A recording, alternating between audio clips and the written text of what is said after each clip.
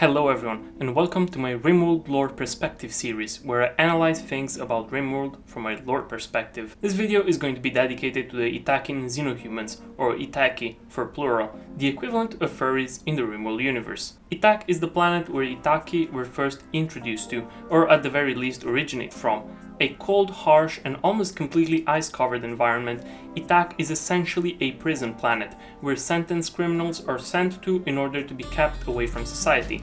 On Yttak, Yttakians serve both sides of the coin, filling either the role of detainees and escapees or the role of guards, maintenance workers, or transport drivers. We can assume that the prison on Yttak either spans almost over the entire planet and is divided in multiple sectors, or that there is more than one prison, as it is stated that there are multiple wardens and that, along with corrupt guards, they sometimes attack those living there. Whether that refers strictly to the inmates or to other colonies on the planet is unclear.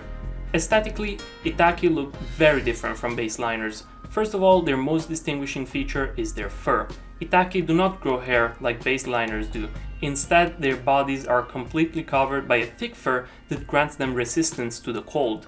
They are the descendants of a group of baseliners that have been genetically altered to not just survive but thrive on ultra-cold planets, as their thick fur allows them to easily resist sub-zero temperatures.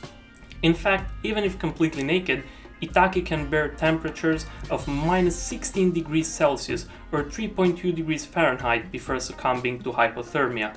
Their bodies are also generally very robust and bulky, likely an intended feature to grant them both the stamina and the strength required to work or even walk in extremely cold conditions. Their biggest drawback is a gene that requires for them to sleep more than your average baseliner. Where a baseliner requires around 7 hours of sleep a day, Yttakki require around 9. Likely an intended genetical feature meant to allow them to preserve or gather more energy to sustain their bodies, which also require 25% more nutrition than that of a baseliner. A Yttakki's voice is anything but soft and melodious. Rather, it sounds as if they are roaring constantly, and unsurprisingly, Yttakkians are great animal handlers and tamers. But it's not just their bodies that have been completely altered, but their minds too. You see, Yttakkians are not just good with animals, they are great. So great in fact that they can perform a bellowing war call, capable of forming psychic connections with nearby wild animals to request assistance in combat. An important note is that Yttakkians bear germline genes, meaning that they will be passed on through childbirth, giving birth to another Yttak.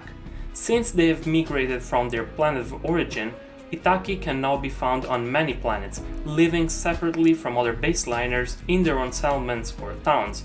On various Rimworlds, Yttakki usually assume the roles of pirates, raiding and pillaging settlements or colonies of other baseliners. If you enjoyed this lore entry on the Yttakki, please like this video and don't forget to subscribe, as I will be posting more entries on other xenotypes and afterwards on other lore elements of the Rimworld universe. Have a good night.